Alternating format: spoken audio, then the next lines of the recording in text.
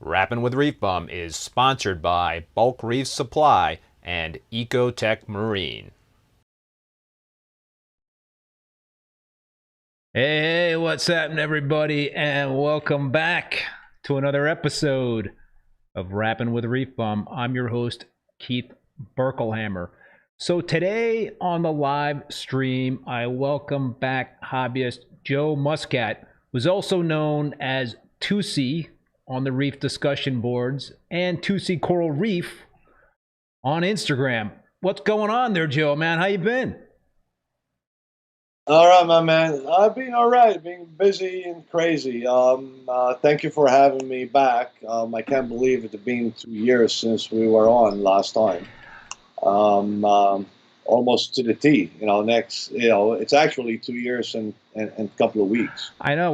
I was saying to you, man, I was like, I can't believe that it's been 2 years. I can't believe that I've been doing this since April of 2020. So it's been too long, man. Should have had you on much sooner than 2 years. But once again, I'm looking forward to the chat there, Joe. Yeah, me too. A lot of things happened this past year on my end anyway, so at least we could talk how easy it is to almost lose everything in this hobby. Yeah, we're going to definitely dig into that. And just for those that don't know Joe, he has an incredible reef tank that's been featured twice as the Reef to Reef Tank of the Month. The tank was also recently featured on the Worldwide Corals YouTube channel, as well as Moki's Inappropriate Reefers YouTube channel. So, Joe, you're getting a lot of exposure there of late, and it's well-deserved. And this is really cool. Check out the current September-October 2023 edition of Coral Magazine. And Joe's tank is featured in this magazine. I'm just flipping. I should have had this bookmarked, man. But there's the look at that spread right there. If you guys haven't checked out Coral Magazine for this recent edition, check it out. And while you're at it, if you haven't subscribed. It's required reading for every reef keeper out there, if you ask me. So yeah, it is definitely a must, you know, have for reefers like ourselves. Not only that they do such an incredible job on the write-ups and the information and education that they bring to us, you know, we need to support them. I mean, it takes a lot of money, it takes a lot of time for these people to put this stuff together. Not because I'm on the mag. I've been getting that magazine for the past 15 years. Yeah. So it's good to have. Yeah, for sure. So before we start chatting in detail with Joe, I just want to thank both the sponsors of the program, both Bulk Reef Supply and Ecotech Marine. Really appreciate them supporting the show, and also appreciate all you folks out there tuning in. And as always, love to see the comments and questions via the chat. We'll try to work those into the broadcast. And what else did I have to say? Oh, yeah, hit that subscribe button if you haven't done so already. And please hit that like button so more people can find the stream. So, Joe, you mentioned the tank. And let me just roll some video that you provided me of this spectacular reef tank, and I'm assuming that this is some current video that we're looking at here. Just for the folks that do not know in detail what this tank is all about, can you just give us a brief overview of what we're looking at right here in terms of the size and type of setup and all that stuff? Corals, I mean, obviously a lot of hard corals. Yeah, let it roll. I mean, but what you're seeing is like recent videos, like you said, and this is, mostly all the corals that I put into the tank less than a year ago. So that's crazy, dude. A year. That's a year's worth of growth. I mean, if people who follow me on Instagram, they could go back to September of last year. They will probably find posts that the tank looked totally different, with the Slimer on the left side versus the right side, on the small island on the left side, versus now I put it near the overflow. And if you look at pictures on Instagram, like for example in November, December, you will see like the Slimer, for example, which is a good guide to get a bearing of what the tank was to what it is and how it came to. It was a small mini colony, on the right side, and now it's almost outside the water. So a lot of the corals, you could compare pictures. It's like now it's like everything is touching and growing in between, and so on and so forth, which is something that I get asked all the time. I mean, do you prune all the time, this, that, and the other? But I do, but a lot of times I allow them to do their own thing. We don't prune corals in the ocean. No. We allow them to grow. And corals tend to grow different directions when they start noticing that something is getting in their way. Sometimes they don't, but most of the time they do. Although what I also tend to do in my tank, which is something for a new hobbyist setting up a new tank to put in his mind, is placement of corals. If you were to choose, specific corals that are in the same family, same species, they tend to sting less if they were touching each other. So they kind of like get along much better, and you could have a really like natural reef looking tank. Now, again, it depends what you want to see. I always viewed my tank as I want to see it as mature as possible, full of corals, everything entwining into each other, like I would see if I was snorkeling over a reef. But everybody got different visions and different ideas, and no one's idea is a bad idea. So yeah, it's been doing very good this past 11 months or so. And the reason being is because I had an emergency you know, a year ago, I mean, in August of last year, where I had to go to Europe. And of course, what can go wrong went wrong. I mean, it started from literally the day before I'm flying to Europe, you know, where my GHL crapped out completely. So now I have no control of the tank, no dosers. Note that I was freaking out, and I had to basically, within 24 hours, switch everything over to Apex to control my lights, to control, Wow. you know, all the other equipment. You know, if it was my calcium reactor, if it was, you know, my probe for, you know, all my probes, ORP and all of that. And that's where I made a newbie mistake, you know, and, you know, we all make them. It doesn't matter how long you're in the hobby, you know, especially when you're under stress and pressure. You know, I forgot what I was dosing every day through the GHL dozer. So Wow. I left instructions for my son to dose while I'm gone, and he was dosing nitrates, which I told him to, where I should not have, because I forgot that I had no pucks going on, which now I wasn't doing anything, and I come back where my tank was under incredible amount of stress. Nothing was dead, you know, but I could see I had alkalinity swings. You know, I had my top corals all burned with the tips. And literally, I was back, what, 3 days? I come down, and my tank is one white cloud. And I'm Really? like, oh, you know, I'm losing the whole tank. So now I'm freaking out. What corals I had, big colonies, like the fox flame, I had a big colony. It got wiped out. I had a voodoo magic colony, I mean, the size of a plate, got wiped out. I mean, literally overnight. And these were all the corals that were showing stress when I came back, and I knew they were stressed out, but they were okay.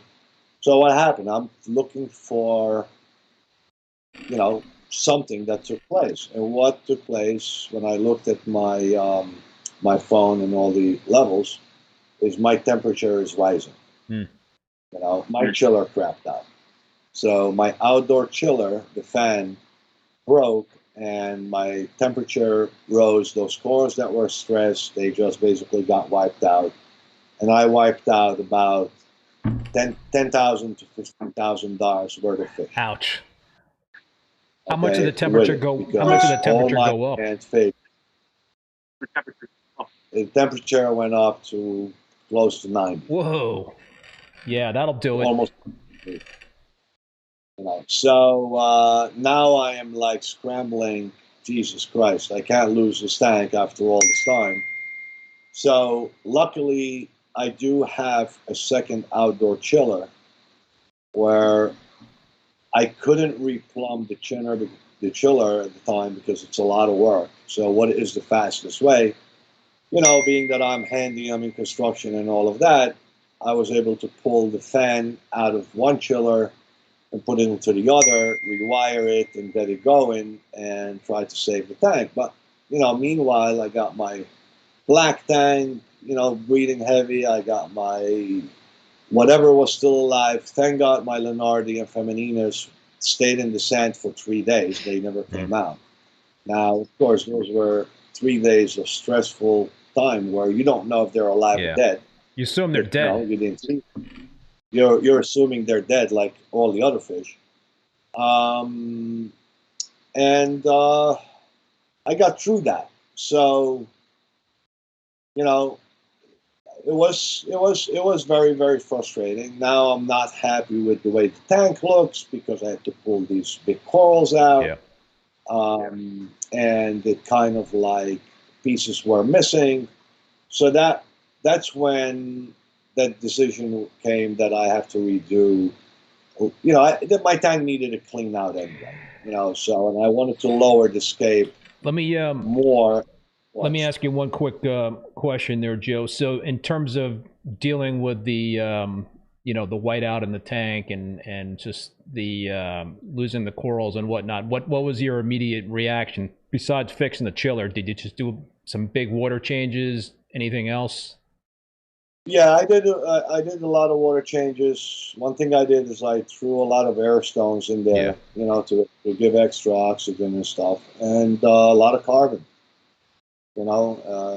That's basically I wet skimmed, put the skimmer wet skimming, also, and after a day it started to basically clear out, so it wasn't too long. I mean, once I pulled the dead corals and a big water change. I mean, I remember, I think I replaced, my mixing tank whole 60 gallons. I emptied it, so I did like a 60-gallon water change out of 180 and threw a lot of carbon. I mean, I kept changing the carbon, every 2 days. I mean, carbon, after 2 days, you might as well throw it away because it did its job. Yeah. People that it continues to do its thing for a long time. Carbon, after 2-3 days max, you might as well pull it out. Yeah.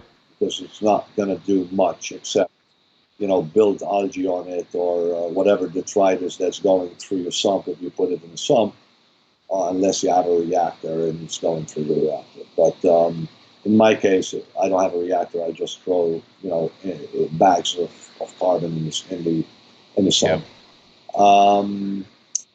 And it was very, very painful. It was, I have to say, I was very down, and I almost threw the towel, to be honest with you. Meaning that you were going to shut the tank down and take a break?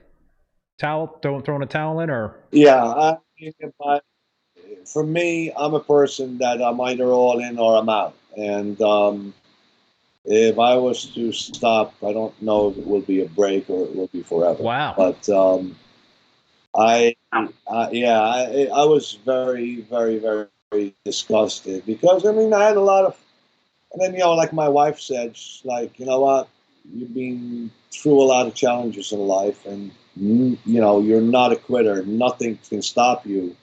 And this is going to stop you. So she goes, you buy the fish again. And she doesn't know what they cost. That's why she's telling me that. 10 to 15 grand worth of fish. Might have a different answer. Exactly. But the only fish that I'm still missing is my pair of flame wrasses. Those are tough to find now. I bet. Yeah. You're not going to find those. And I almost got one, but I missed it by maybe 10 minutes. So I'll keep digging. One way or another, I will get my flame wrasses back. There's a couple of leads out there that I'm working on. But, and then you would think that was it. And then here comes phase 2, where, as you know, my tank is closed loop. So my reflow pump, I realize, is seized all the way inside, which, to get to my reflow pump, it's like impossible. You have to pull out all your reactors to get to this.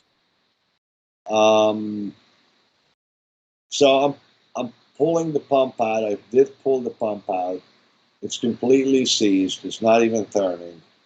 I get a pump replacement overnight, which cost me a fortune. I bet. And as I am putting it in, I hear crack. The bulkhead of my closed loop, main loop, crack. Oh, jeez. Now water is all over my head. And this is a closed. I'm under the tank. This is a bulkhead underneath the tank. Flooring. Yes. Oh, it's an 1.5-inch bulkhead for my reef float pump. Oh man. It was Sunday. And I walk upstairs. I put a bucket. I walked upstairs, literally crying. And my wife and my son were outside, and she said, "What happened?" I said, "My tank is done." I was done. I was like, "I'm done. Now I'm really done." Holy smokes. Yeah. That's a tough one to overcome. And after an hour sitting down, and of course the water is dripping in the bucket. How fast was that water dripping in the bucket? It was there for an hour, and I swear to you, I texted Andrew Sandler, and I said, "My tank is leaking, and I need to get rid of the corals."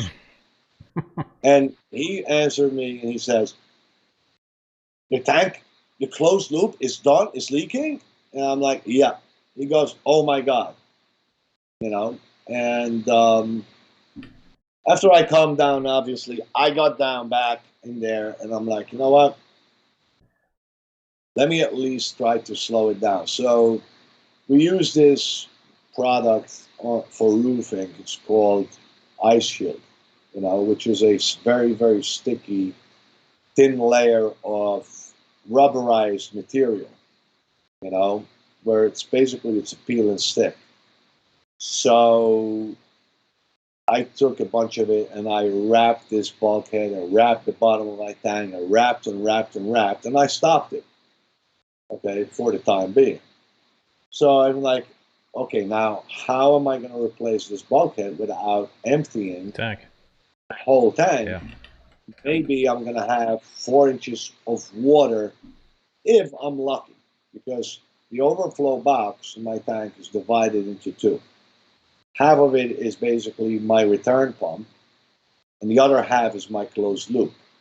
And the closed loop have grooves in it on the top and on the bottom, so it's taking water from the bottom, like the lower part of the overflow box. So it's constantly open for water because the pump below it is sucking water from it.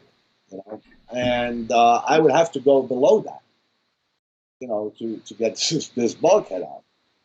So of course I had to order parts, and I'm ordering parts and waiting and valves and So I had a few days to think about it, and I'm like, let me pull this. So meanwhile, I was talking to a friend of mine, and he goes, "Why don't you try using, marine epoxy? There's these two hard epoxies that are used underwater, actually, for boats and repairs and things like that. You can use them underwater, and they will harden up." And he goes, if it's a crack in the bulkhead, it can't be, ginormous, try that at least.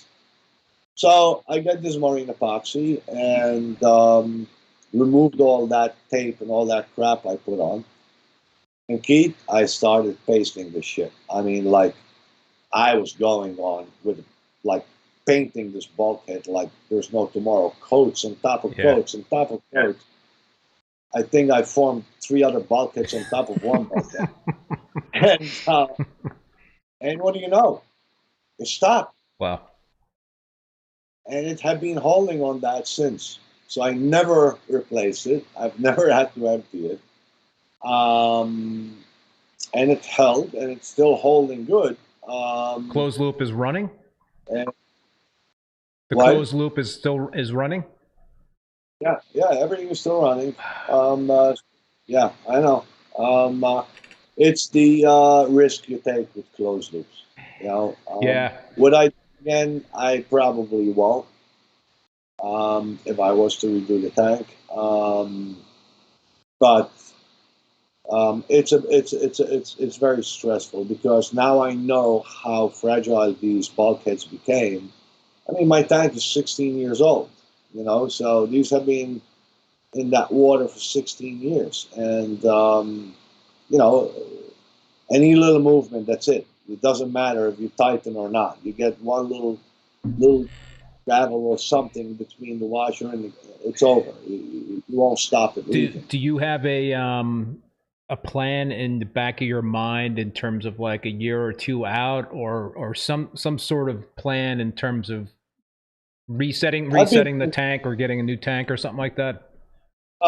Resetting it, I will probably reset it sooner than later because I get bored very quickly. And like I said, it's overgrowing already. It's already, I can't get to areas to clean, dead snails and things like that, which drive me crazy looking at. But I also, getting a little nervous that the tank is old. I mean, what is the next thing that's going to go? That's going to be detrimental to this tank. So if I was to think of doing another one, my friend Charlie keeps telling me, you should do a big one, and this, that, and the other. I thought about it. It's rolling in my head. It's percolating.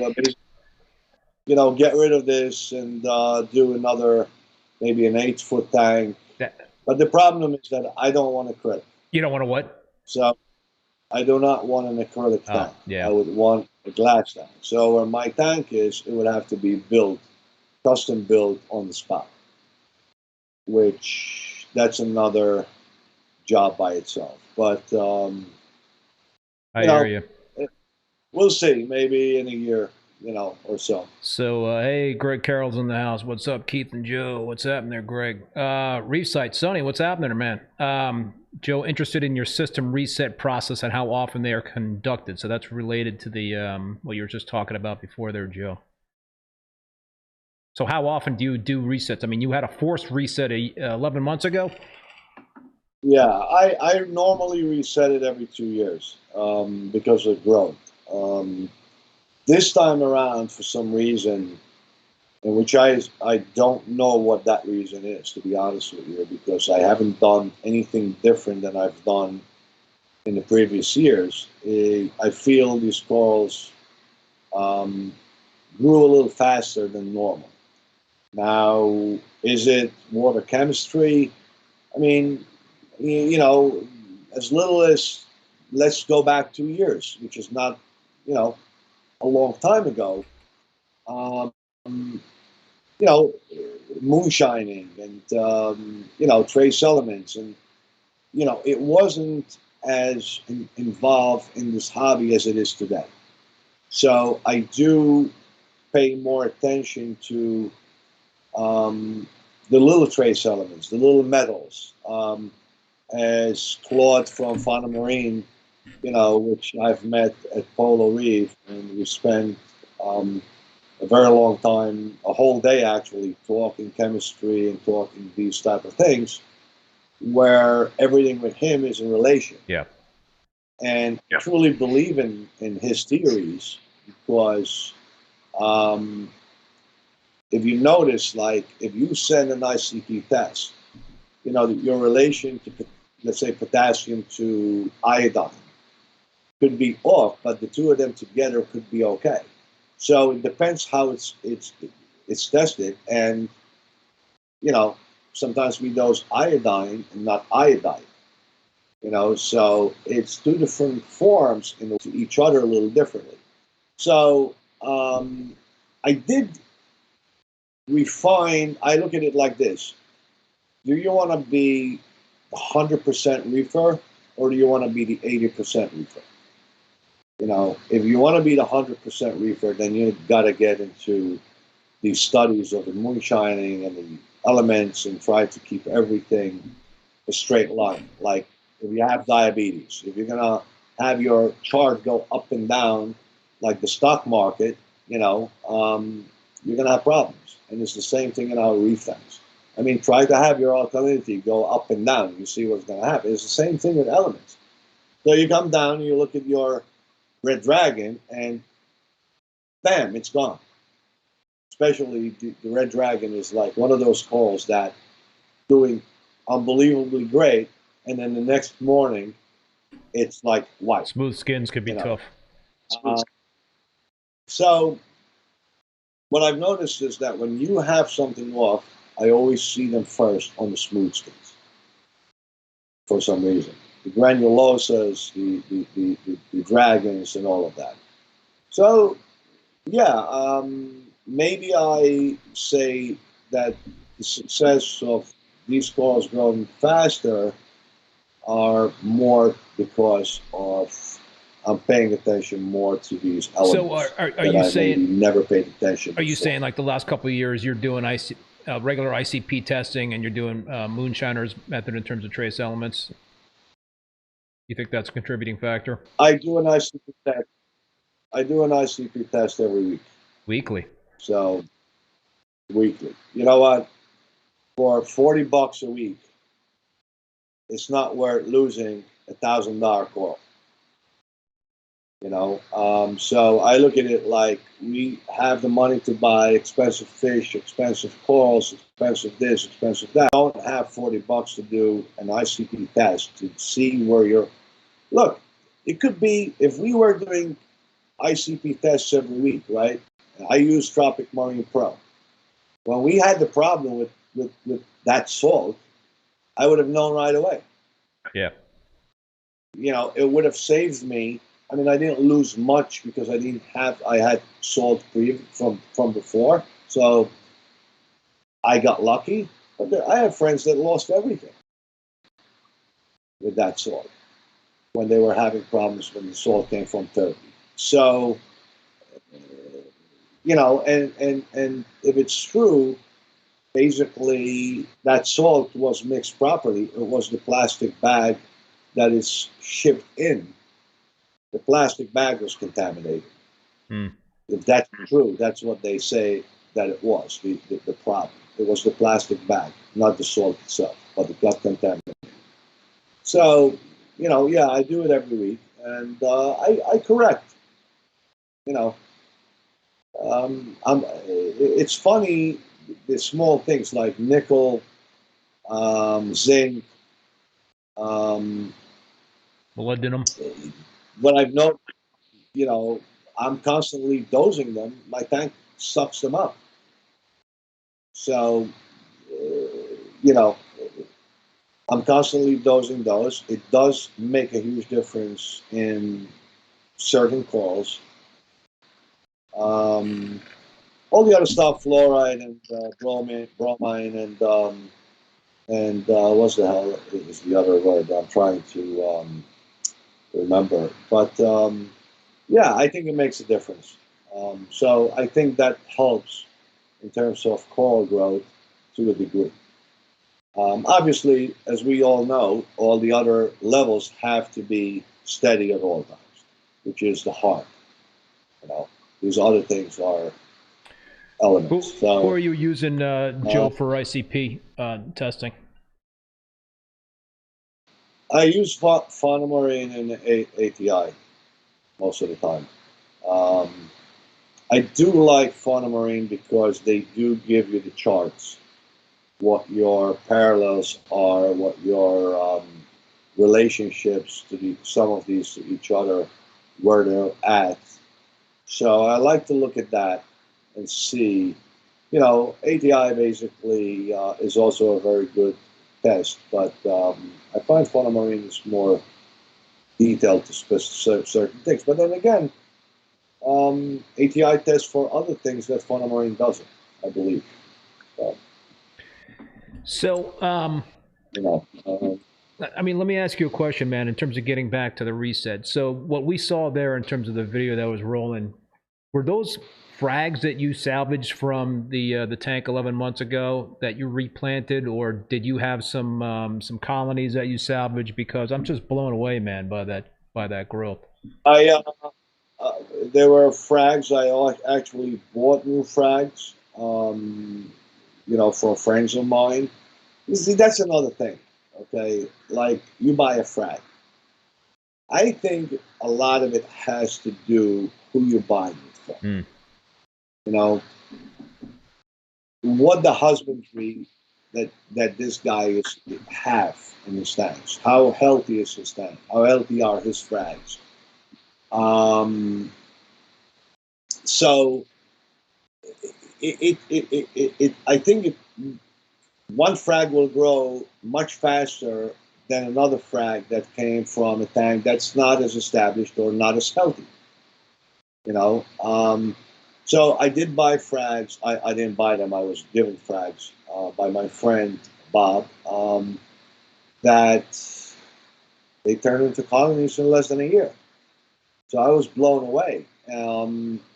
Some colonies were from the previous tank also. Not everything was a frag. I don't want to make it sound like I grew these corals from the frags only, because that would not be Well, be dude, right. I mean, just looking at that tank But in terms of the way it looks 11 months after that, you know, near catastrophe is pretty impressive. yes,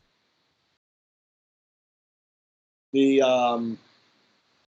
let me tell my wife to get me the charger before my computer dies. Um, uh,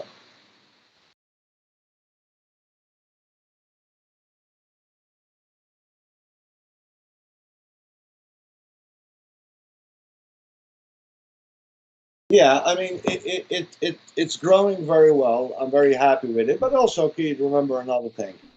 It depends what corals you're growing. Hmm. You know, so I don't want to sound like I am the god of corals and, you know, growing corals faster than other hobbyists, because that's not fair to other hobbyists like myself. Some corals are much faster growers than other corals. Like, for example, I do have frags that in a year they did not do a thing. Oh, yeah. You know, like I can grow Vivid Insanity for nothing. You Everybody know, has their Achilles I heel. put in. Yeah, I mean, I reached out to Johnny Shen and it's like, I don't know, man, my grows like wheat. You know, so. But overall, I think the tank did very well so far. So I think I will wait.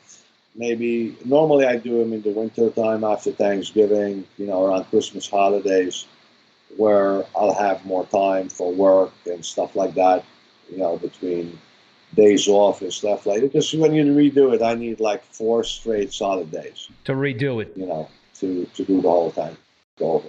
And how So pull everything out, keep it alive. You know. yeah, I was going to ask you, like, how does that process go down? I mean, basically, you're going through the tank, you're fragging stuff that you want to keep, you're selling, giving away stuff. I mean, you got one frag tank there that can't possibly hold the, you know, what you're cutting out of that mature reef. Yeah, no, what I normally do is I get like a bunch of tubs, you know, set up temporary lights. You know, I set up temporary lights. You know, can you plug it over there? Over the containers. Put a skimmer in each container. You know, just to keep water aerated and stuff. And pull everything out. Put everything out. Put everything in there. Keep the lights on the timer, same as my tank. Obviously, I gotta watch alkalinity and all of that stuff because now I have to manually dose it. And again, it's for a couple of days, and then, you know, frag, clean out, and if you had Mijano, you know, nuke it, whatever, and come up with a plan of how you want it to look differently. If you want it differently because you're tired of your look anyway, and look at corals that you have today that, let's say, aren't happy in their location, place them where you think they will be happy, because we all have those corals, you know, Yeah. because you can, you know, you buy corals, you shove them in there because you want to get the corals, but meanwhile, sometimes you know that is not the appropriate place for it, but you have no room anywhere else, but you still bought that coral. So, you know, so it's good to reset every now and then, because um, you do clean up a lot of garbage. You know, detritus that falls in, that flow maybe is not hitting it as good. Um, and the other thing is like when you have a tank and corals are like overgrowing, the coral lose tissue on the bottom because it's not getting light. You know, No. a lot of times, no light, no flow. You know, so you get a lot of cleaning to do. So that's why I do it every 2 years. I mean, you could go back to YouTube and stuff like that. You'll find tanks of mine that completely look different every 2 years. It's crazy. Yeah, no, that's a good policy to have, especially if you're getting the strong growth. I did a reboot of my 187-gallon tank, which was just completely overgrown. About a year ago, but I took out all the rock and did a swap of the rock and blah blah blah. So that was a bit taxing on the system. So it's taken a while for it to kind of start getting back into its groove. My Peninsula tank, it's the same deal. I've got a couple of corals in that Peninsula tank that have just grown so big, tabling out, that it's shading out big parts of the tank and cutting off the flow. It looks awesome. I love the look of big colonies. You're doing a hell of a job. I mean, it looks incredible. But those tables. Yeah, but the time will come when I'm going to need to. I've already had to reset a few colonies. It's tough. I mean, look, I call it a good problem to have because that means the tank is doing well, and and again, my personality is like it's never good enough. I need a change, so redoing your tank, it gets you excited again. It gets you like motivated again, and it's like you have a room and you paint it a different color. The room feels like a new room. Yeah. So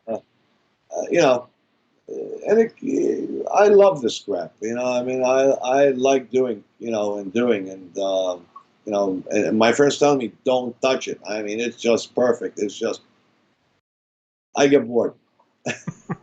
So, Great Bear to Reef says, I'm planning on upgrade here in the next 4 to 6 months. Not looking forward to breaking these 2 tanks down until the floors and remodel get finished, then bringing in the new system. I hear you, Paul. It is quite the chore in terms of setting up the all those ducks in a row to do that sort of thing. It sucks. But you know what? It's very gratifying when it's done. It is. And it gets you motivated again. Now you have more room to put the new coral that you've been wanting to have. Remove corals that you get tired of or you have too much of. And it just gets you. For me, it's like I'm reborn again. When I do it. Yes, it's a backbreaker. I mean, it is a backbreaker, especially my tank. My tank is a peninsula that I can only access from one side. So you can imagine how hard it is to like dive completely with your head in the water. I almost have to put a mask to see what I'm doing all the way to the other side. I can only do it with like 10 inches of less water from the top so I can reach the bottom. Because, I'm entering the tank, across the tank, and go down all the way down. It's pretty deep, But, Keith, I live for it. I love it. Greg Carroll says, sounds like Joe isn't selling enough frags. He needs to do more pruning. Right, you got a website now too, right? You're selling frags? Yeah, but I don't. I have no time. With website, you gotta stay on top. You don't want to I got so much. You don't want to give a shout out to the website there, and listen. Everybody knows that Tusi Corals. They could go on the website and see what's there, and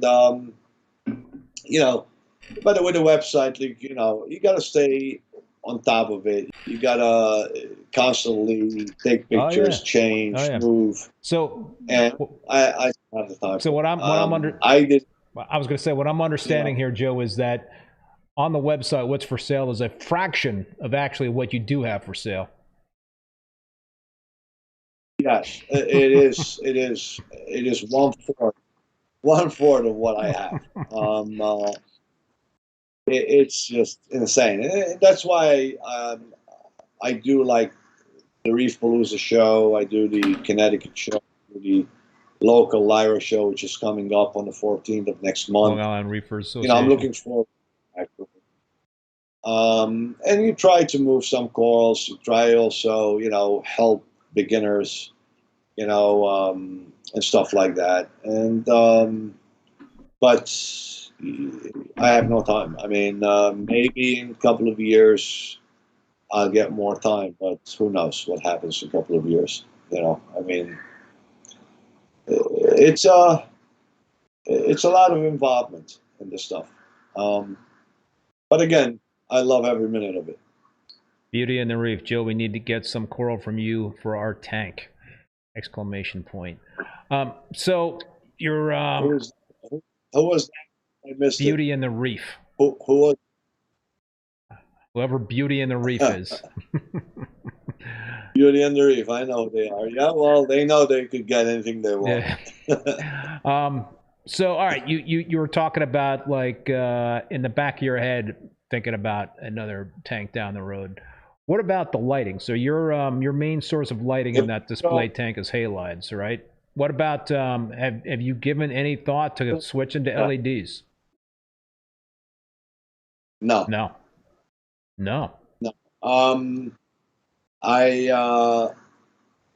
I will continue with the halides and T5s as long as I can. I might be. Recently, I just got promotion from Lumen Magic with some lights. So I'm gonna be putting those lights over my frag tank, and the Radions, the 15s. I might put, because I do have some spots in my main display that needs. They're little, black spots, dark spots. So I might put one left and right and one in between the halides and just strictly use them for light. So that's something that I might be doing, and that's as far as LEDs are going to go on my tank. I mean, I do have enough light bulbs for the next 10 years. You do? So, yeah. What are you running halide wise? I'm still on the Radions, 20K. 400 watt? 250? Yes, I'm doing the 250s right now. I do switch back and forth, every now and then. Give it 400, for like a week, and then go back to 250s. I don't know if it makes a difference, to be honest. I kind of like played with that idea a little bit. But most of the time it's 250s. Yeah, I still have some halides over a couple of frag tanks, and I just picked up some radiums. I use the 400 watt radiums, and so I probably have like a 2-year supply left, maybe 3 years or something like that. But I don't know. I think, man, after that I'm done. I'm just gonna go all LED.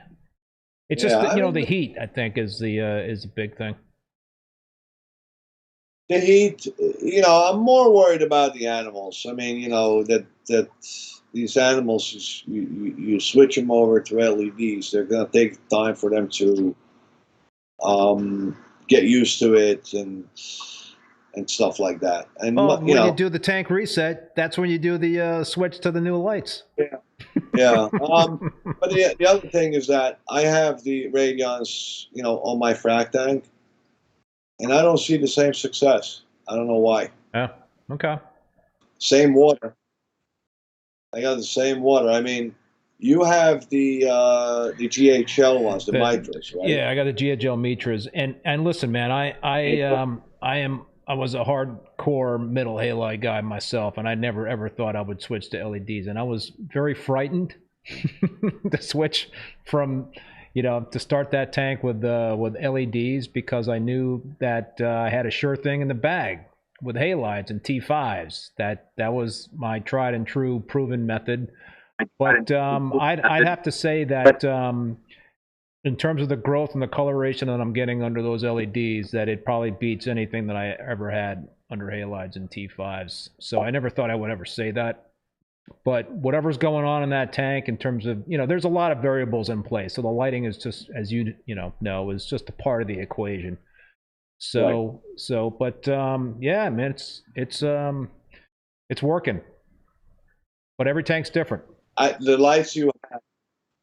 The lights that you have will probably be the lights, unless there's a Lumimagic going to tell me otherwise.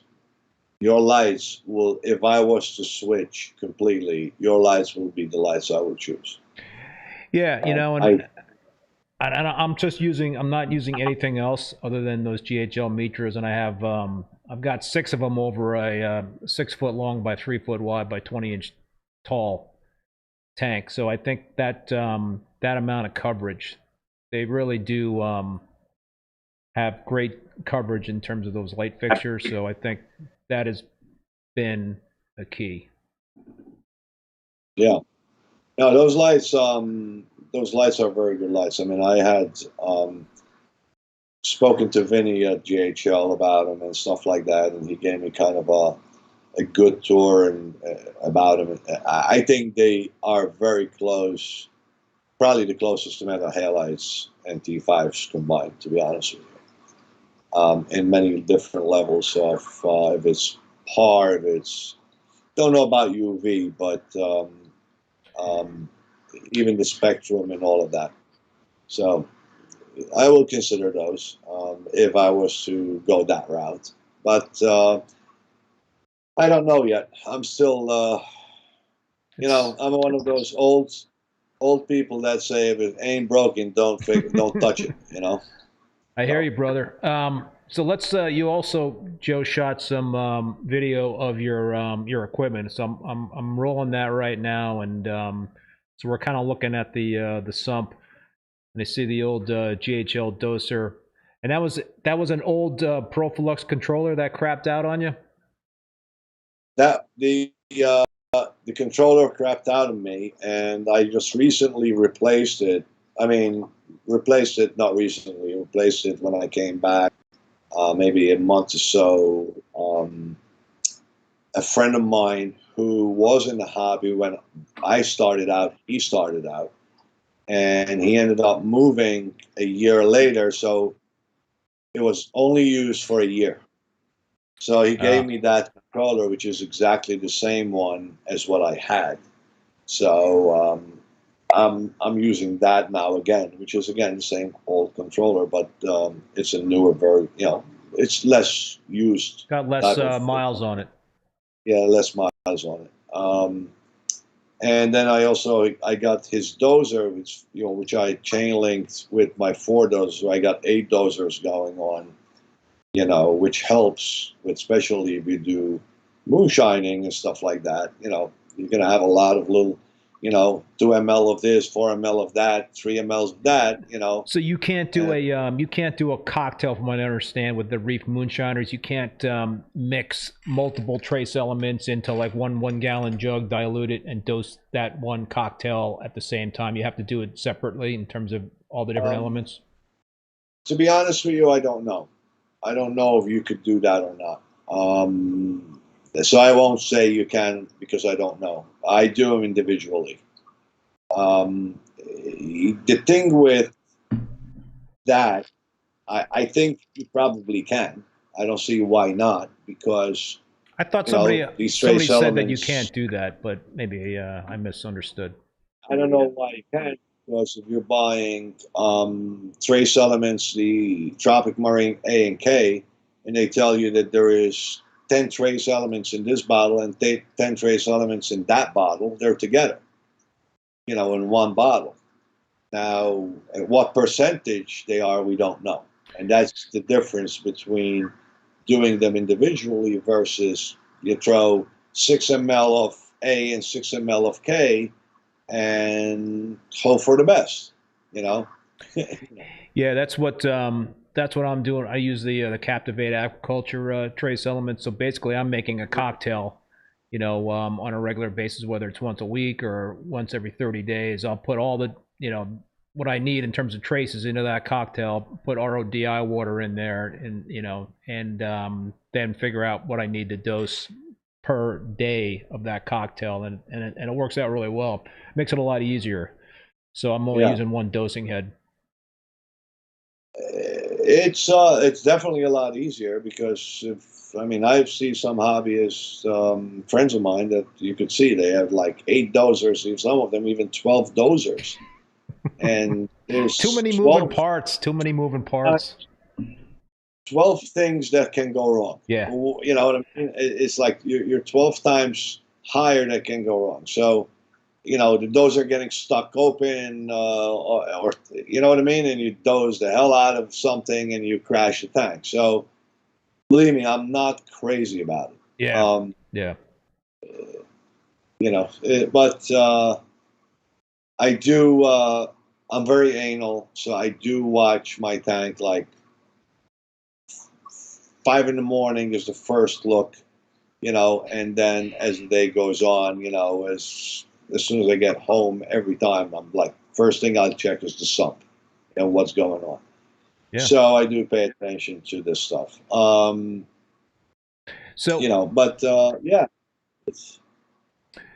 So we're getting some comments. Greg Carroll is wondering what's all with the blue bottles in the sump there, and I see that folks are saying that it looks like it's KZ and the Zeovit system. Is that what's going on there, Joe? Zeovit? I do use KZ. I've been using KZ from also the beginning, before Moonshiners were in existence, and a lot of other. Back in the day when I started, it was Tropic Marine and KZ, mostly. I do dose the KZ potassium. I do dose the potassium iodide from KZ. I do dose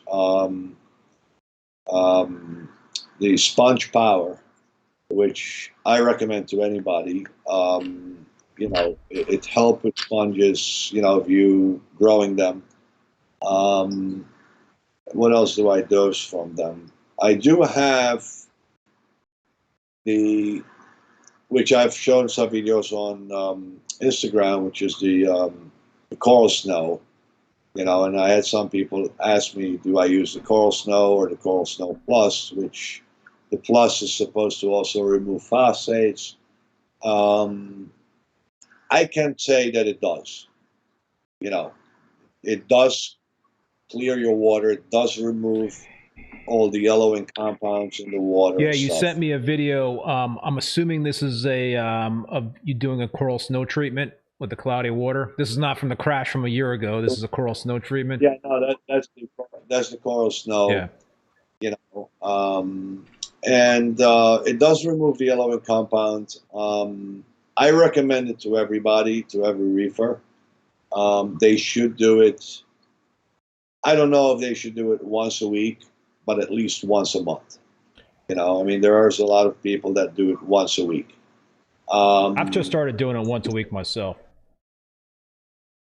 If your equipment is balanced properly, working properly, you're removing, and your tank is clean, your sump is clean. How much yellowing compound are you going to build up in a week? The only way to know is like take a bucket of water and look in the bucket. Is it yellow or is it clear? And are you using activated carbon as well there, Joe? Or I do use carbon. Like I said, I use it for like 2-3 days and pull it out. And I don't do it every day. I do it like 2-3 days and then put it back in a week and a half. Because carbon is also removing a lot of other things besides we don't something that's stripping from the water. We're not telling you, oh no, don't strip that, but just strip this. So So Greg Carroll was. I'm sorry. Go ahead. To Carol's point, I also do the zeovit, the zeolites, you know, the rocks in a reactor, which then I find that helps with additional bacteria and removal of other things. So yeah, I mean, it's not. I'm not doing a full spectrum zeovit system, if that's what you know they're asking. I don't. I only use their product. I guess the question that Greg is wondering is, you know, so are you doing more of the moonshiners method or is it the KZ method? Like whose products are you using more of, would you say? I use a moonshine product as far as elements, but I'm not doing anyone's method 100%. I'm taking like 50% from this guy, 50% from that guy, and making my own theories, which they're, you know, they've been working for me. No, I'm not following 100% the moonshine method or the zeovit 100% method. I just use their products where I think one product is better than the other. Like for example, like Sponge Power, the moonshiners don't offer it, you know, or anything like that. You know, potassium, you know, iodide from the zeovit. You're also doing fluorine with it. You know, so you're hitting three birds with one stone, kind of a thing. Yep. So it saves a lot of other, you know, movement. So what I do with moonshine mainly is like dosing, you know, like selenium, you know, nickel, zinc, molybdenum sometimes, boron.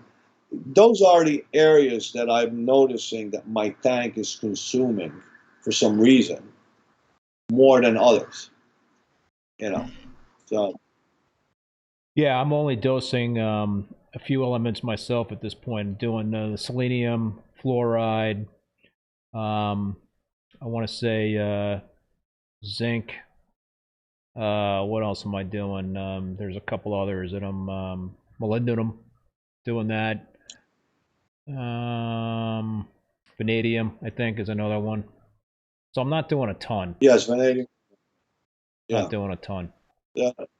I'm exactly the same thing. I mean, this is a lot. I mean, for some reason, I've been coming up with high iron, which I am experimenting on a few things and checking to see if I have a rusty magnet somewhere or an impeller or anything like that. So I have to, you know, look into that. But I also, you know, don't forget I run a algae reactor. That the algae reactor was packed with growth, so it wasn't removing any per se. So it might have built up due to that fact. So I just removed some K8O and I'm waiting for an ICP test to see if I see it coming down. Yeah, I was going to ask you about that algae reactor because, you know, in terms of trace element dosing, that algae reactor is, you know, with the Kato in there, it is removing some of the traces and what have you. So, you know, I used to run Kato, and it is a delicate balance. Yes. It is.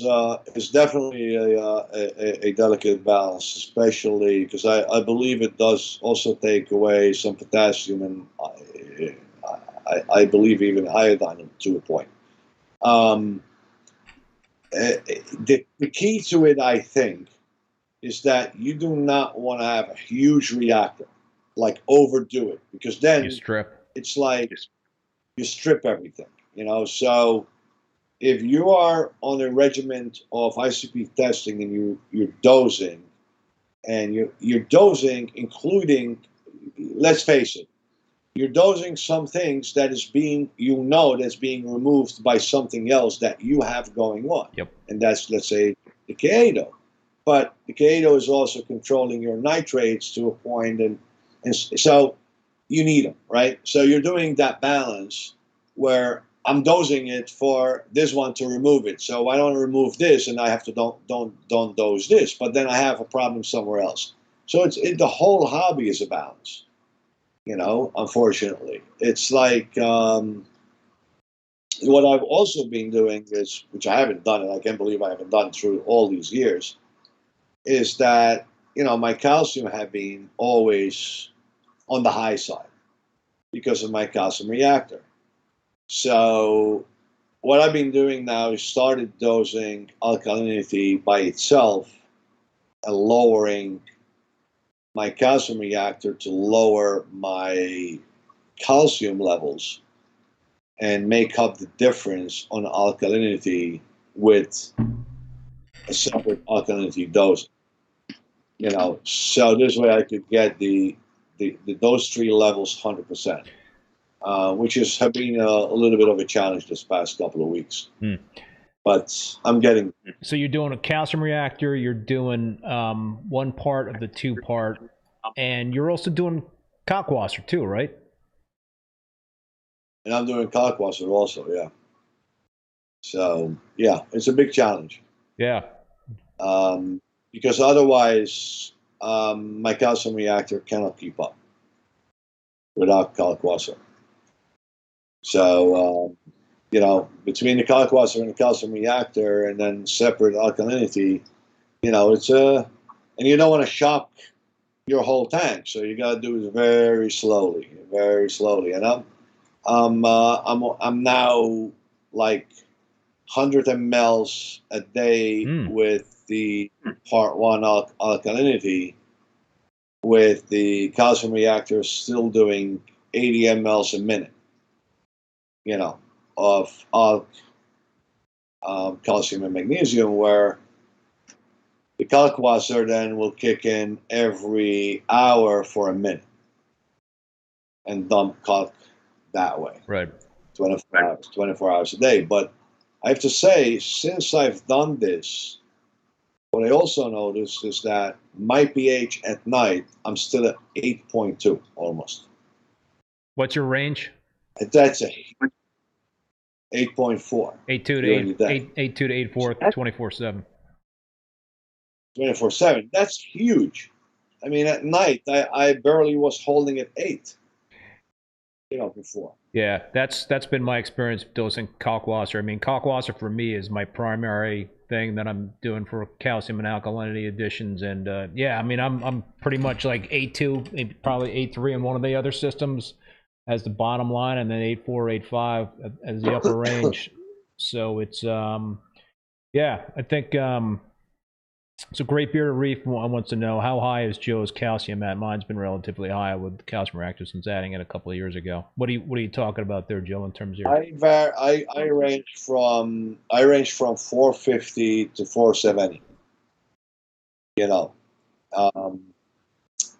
like back and forth. So I've been raising the pH in the calcium reactor. I think I'm at 6.60,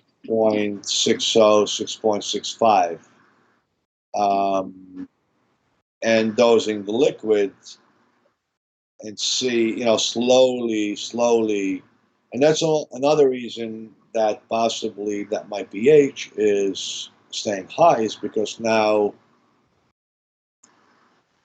I'm not pushing in as much CO2 into the water. I mean, you know, that's the CO2 from calcium reactors do bring your pH down. You know, I mean, in my case, it's going through the algae reactor, so a lot of it is getting, you know, dissipating in there and helping the K8 grow a little faster. But I'm sure this still makes its way into the water. But yeah, that's I've had, you know, areas one times, you know, it depends also again on your media that you use. You know, we don't know when we buy this reborn, right? It's crushed coral. So how did that coral grow? Under what? You're melting that coral. How much? What does it have? Did it have 500 calcium in the skeleton? You know, how much did the skeleton have? So that's what you're getting. So you're getting liquids from these bones, let's call them. Yeah. You know. but that average is 450, which I like it to go down to like 420 area, you know, with 8.3, you know, in alkalinity. I have the same kind of issue. You know, I got calcium in one of my systems, maybe the other two, but you know, 450, 460 is not uncommon for calcium. You know, and I don't get too worried about it, but you know, if it does creep up a little bit higher, I would be a little bit concerned. But you know, you just look at your corals, right? I mean, if your corals are looking good and happy and all that stuff, Yeah, then my concern with it is that we go back to Claude and the relationship, you know, fluoride, you know, or fluorine, for example, like 2 calcium. Where's that? You know, you got a bone and you got the protection of that bone, and you know, calcium. You know, calcium. They say it does not do any damage, but I believe anything high do damage to a degree, depending what maybe everything else around it is. If you had 470 calcium and you're running your alkalinity at 9, you know, is different than 470 calcium and your alkalinity at 7.5. yeah. So, you know what I mean? Yeah. So that's where, you know, that's where I get a little concerned. So, Joe, you've referred to it a couple of times, bacteria, and you do dose bacteria right on a regular basis. What's your thought in terms of using bacteria? Is it for to help with nutrient control, to keep your nitrates and phosphates in check? Are you also doing it to help with the corals in terms of feeding corals? What are your thoughts in terms of dosing bacteria and why you're doing it? It's exactly what you just said. I mean, I do it mainly for controlling nutrients. And obviously, while you're doing it, the corals are also, you know, getting some of it. But I don't, I mean, anybody that's carbon dosing, let's say you're not carbon dosing because, you know, you control all the bacteria you want in the water. You're not feeding it to per se with some sort of, you know, carbon dosing. You're just throwing bacteria and hoping that it lives, and you hope that you don't get a bacteria bloom, in a sense. But I'm not doing it as much as I used to. And tell me why. It worked so well that I was stripping every level I had. You know, I mean, for almost 16-year-old tank with 16-year-old sand bed that had never been vacuumed. Oh, yeah. Okay, main block of my tank is the same rock for 16 years. God only knows what's in there. I hope no more bobbit worms. Right. Did we talk about the bobbit worm the last time? Maybe. Yes, we did. Yeah. You know, I was coming down to zeros, 0 nitrates, 0 phosphates. And as my friend says, he goes, I don't understand, you know, how you have zeros. And was why I have zeros. You know, the bacteria does work very well. Now, Europeans don't believe in our system the way we work it because they believe that there's no way that bacteria in a bottle is going to do anything. But I could tell them it does. Polo1126, thank you very much for the super chat. Tusi's tank is inspiring. Thanks, Keith, for another great interview as always. Appreciate that. Speaking of Polo, you're helping out Polo Reef now. Yes, I am back, and I can tell you how happy I am to be back. There is a lot of big things coming, which I won't get into because that's Polo's department. It is an amazing place to be. We look in this hobby, Keith. No one knows enough. If I think that I know everything, I will be the biggest fool. Yeah, yeah. Because I always says this hobby will humble the best of us at any given minute.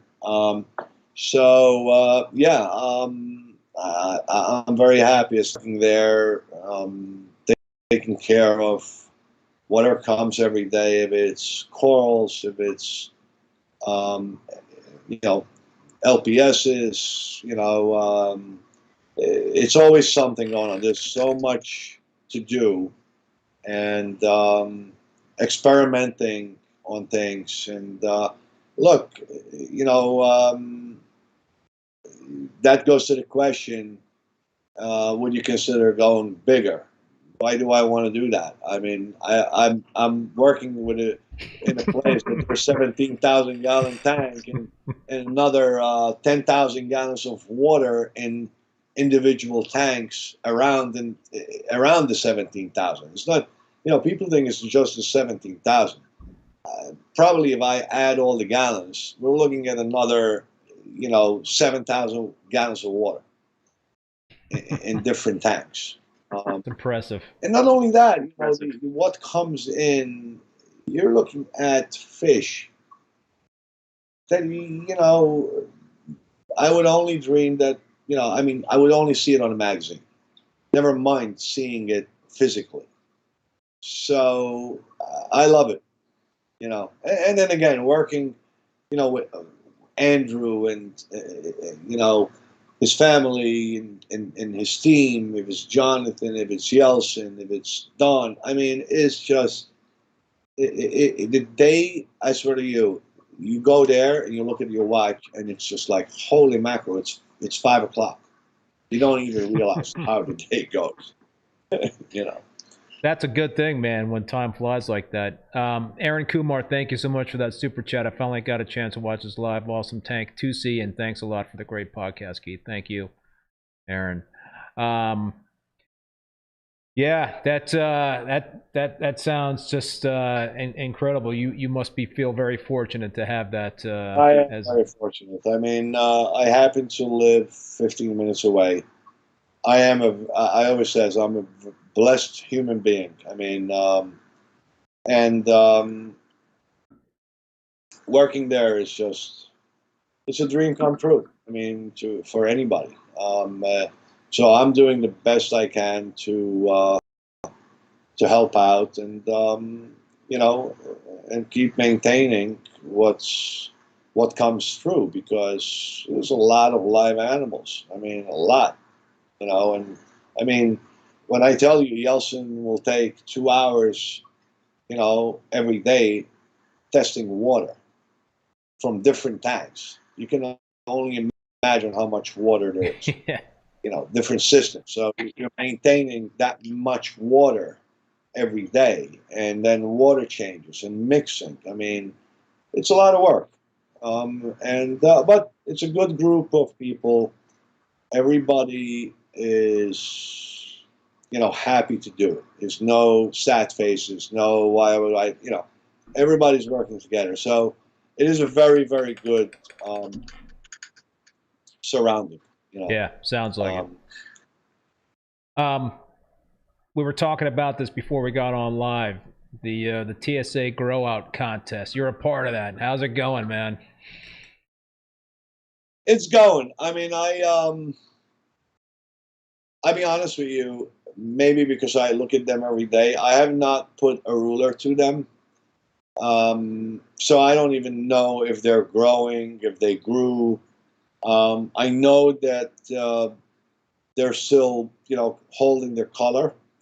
One of them is definitely better than when I got it. I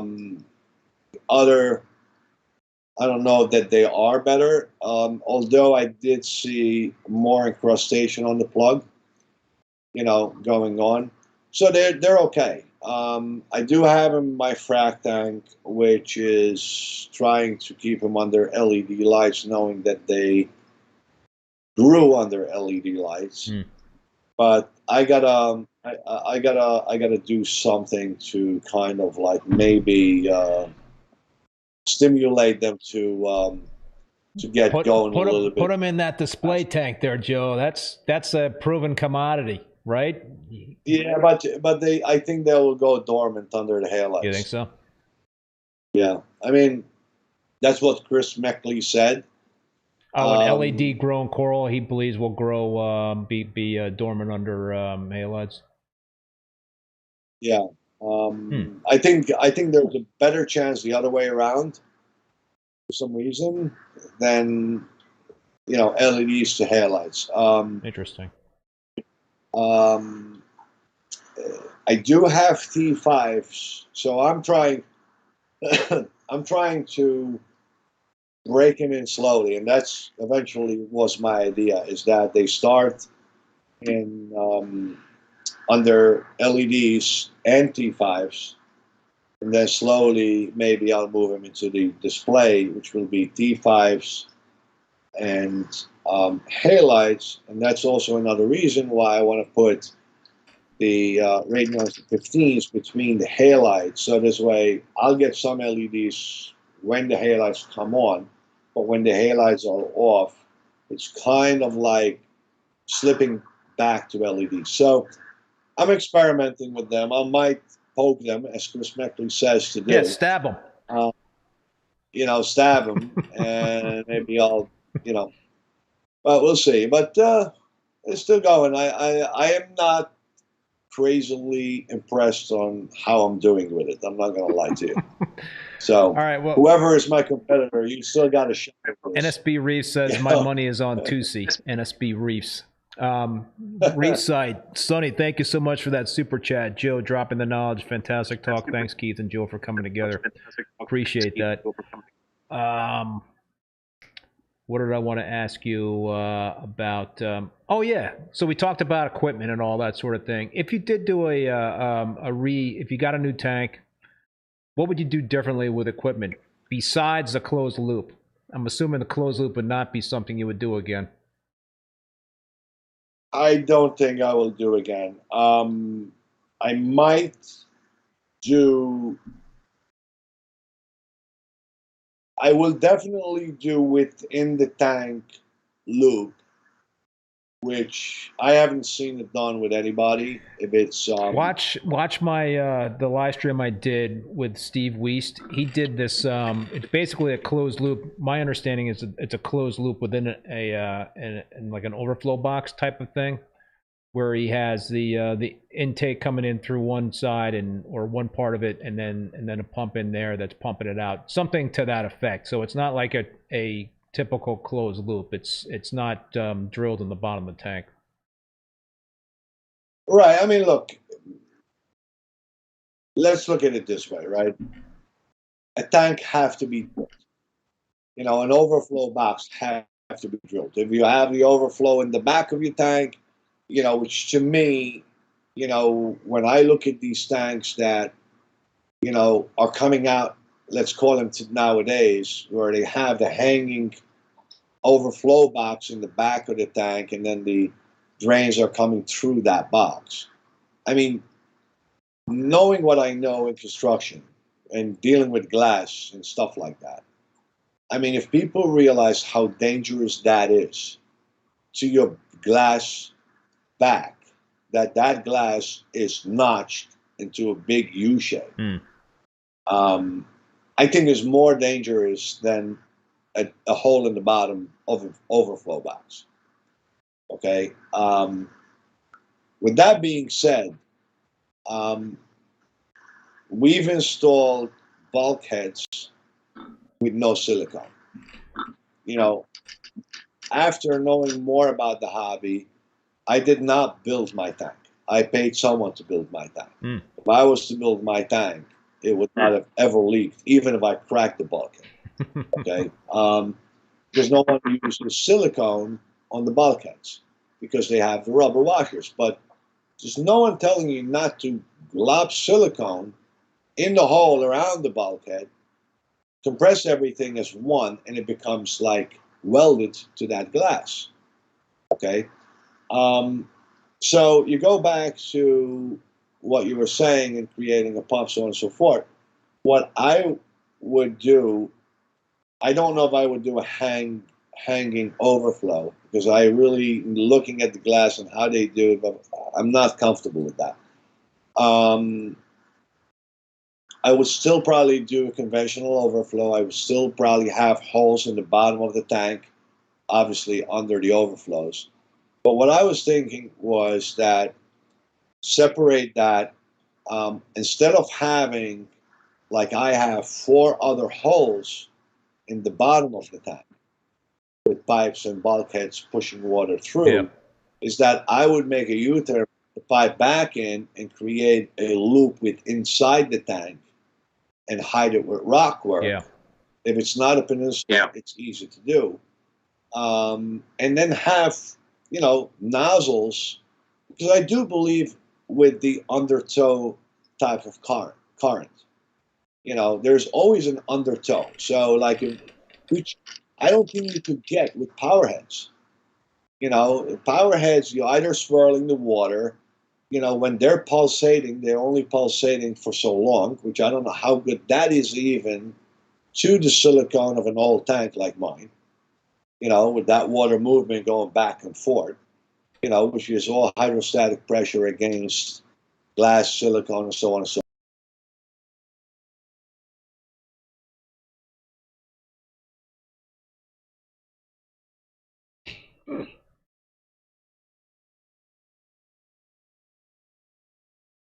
Done. But no, drilling holes, I'm going to try to keep it as low of that as possible. But I will not do a box hanging in the back of the tank. I don't like it. Any other type of equipment that you would think about swapping out? Like, what do you think about roller mats? Is that something that you might potentially kick the tires on? Or one. I've been given one, which is a roller mat and a skimmer, all in one, which I haven't tested yet. I can't say that they don't work, because I haven't used them, so why would I say that? But one thing I would say is that would they work is same as if it was a sock. I mean, there's little paper that rolls slowly as you control it to roll. I mean, do you really think it's going to wipe every detritus that's running through when it's still running around it?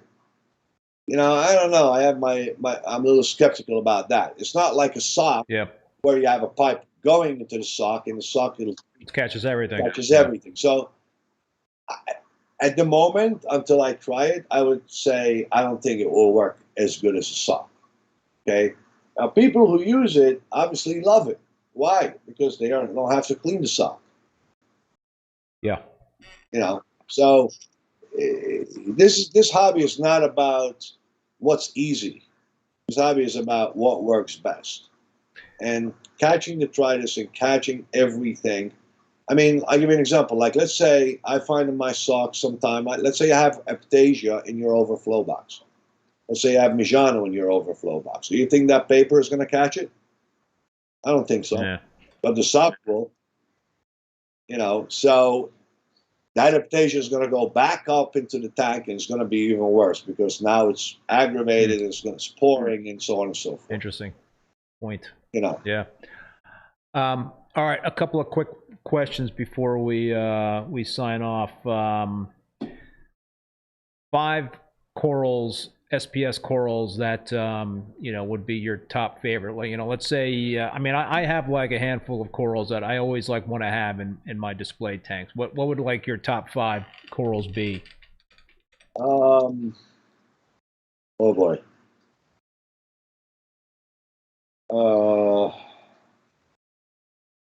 As you know, I'm an old reefer, so the purple monster probably will be the number one. That anybody that you have it, so you're a lucky one. That I lost mine. I love the orange passion more as a Athenius more than any coral. I'm not going to say home wrecker because I can't keep it alive. Really? Yeah. Oh. So I can't keep home wrecker for anything. It doesn't matter. I gave up on that coral. Definitely orange passion. Walt Disney. If you could get your hands on a Maryland staff, the Route 66 Maryland staff, which I'm learning is becoming hard to get. Interesting. There is the Maryland Wizard, but it's not the Maryland staff. They're very similar, but it's not the same thing. I would say the splice, the rainbow splice, the Millipore rainbow splice, but you got to get a good, nice mixed colored frag. You know, don't buy a green one and expect the reds and the yellows to come out. Yeah, you know, do yourself. I was talking to, you know, that was my understanding is like pretty much if you get a one color frag of the splice that you're not going to get the other colors. But Sanjay said that he got a one color frag and it did generate both. He did. He did say, you know, I saw a recent picture and I put a comment on the post that I said, I guess I was wrong. You know. Hey, we'll leave it to Sanjay. But me and Sanjay are going to have a good talk about that. You know, I still have a load of questions to ask Sanjay when I see him about that coral, because if that's, again, it could be a green noob from a Reef Raft Canada versus a green noob from another splice, and it's not the same husbandry of Reef Raft Canada. Okay, I would like to. That would be my first question. You know, where did it come from? Did the mother that frag came from had all the other colors, or the mother had a couple of speckles of red here and there? There's many questions I want to ask him, because I can't see. I've seen a lot of Reef Raft, splices. Keith, not even close. Really? What they should look like. So there were a lot sold, and you know, I'm not going to mention names, obviously, and I don't think it was right. You know, if you're going to buy a splice, buy it with the 3 colors on the frag. Otherwise, don't bother. You know, save your money. It doesn't matter if you're buying it for cheap because it's all green. There's a reason why you're buying it for cheap. Yeah. You know, you're going to be used as a guinea pig. Let's see, you know, if it's going to transform into Sanjay's, because the only person I know, I have to say, is Sanjay. Yes, somebody gave me I think it was a 1/4-inch nub of a green frag of the splice, and I've grown it into a nice little, you know, I don't know, 1.5 inches. It's encrusted. It's got a bunch of nubs in it, and it looks like it wants to kind of like shoot out another color, but it just hasn't done that yet. So that, yeah, I might have to try to get another frag of that one. Well, when you come down, I will give you a real one. So there you go. Yeah. We'll have. Well, you know, I'll trade you a purple monster for a real splice. How's that? Yeah, well, you got a deal. I might drive to you for that.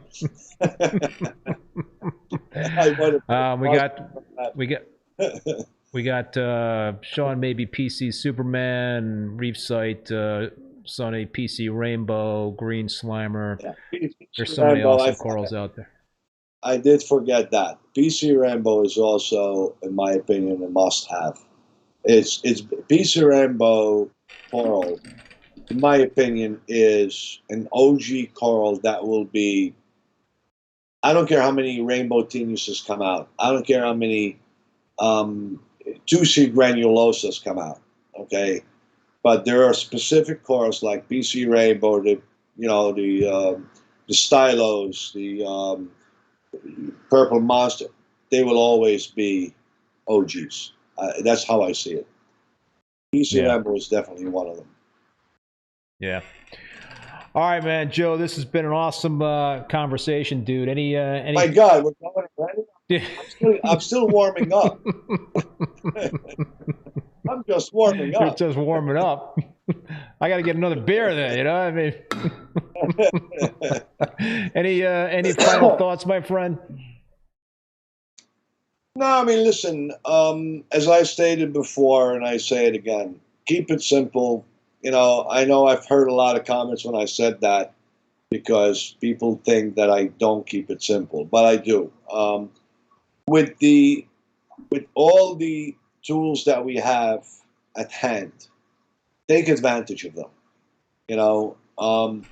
If it's sending your water for an ICP test, everything is revolving around water, right? I mean, they're living in the water. So it's important to give your car good fuel. So, you know what? Spend the $40. If you can do it once a week, do it once a month, do it every 2 months. Keep your levels, because at the end of the day, we're growing animals.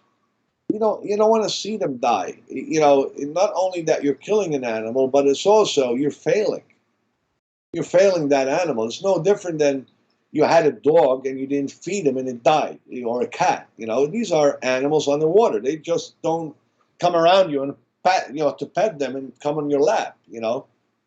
So my point is, like, with the tools that we have today, which are very different. I mean, my eye, your eye, someone else looking at a coral know if a coral is happy or not. But most reefers don't. So you have to rely on numbers or on something, result, or, So when do we send an ICP test? When we have problems. Right away, we're sending it out. But the problem happened. That problem happened 2 months before. You're seeing the results today. That coral started dying on you a month ago, 2 months ago. Slowly, it's vanishing. And then it just decided to say, I quit. So if you were to do that once a month, you might have caught it early, and you will be more successful, you will be more confident, and you're going to be happier. So that's the thing I would say to these young reefers. You know what? If you have money to go and buy a Coral Cruise torch for $1,800 and you don't have money to send it for an ICP test, I'm sorry, you deserve to lose in this hobby because you're doing it the wrong way. I mean, you got the tools, use them. Like I told you, I almost lost my whole tank because of a mistake I did. A newbie mistake in a sense. So it's very easy, to fail.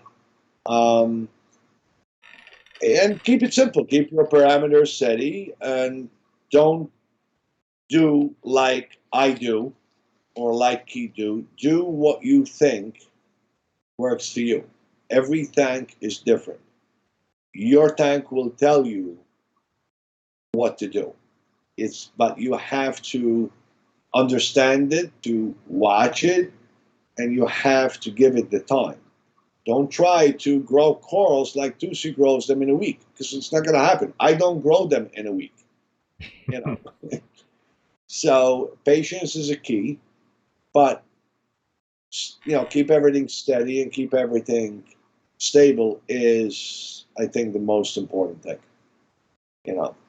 Look, you want to choose to do water changes every week, then maybe you don't even need to do a ICP test because you're replenishing everything every week. Your water is going to be, pretty close to, natural seawater every week. I choose not to do water changes in the summertime, especially. So for me, it was more important in the summertime than if it was, let's say, wintertime. And you do that because of the water supply and the pesticides. You're on town water and all that sort of thing.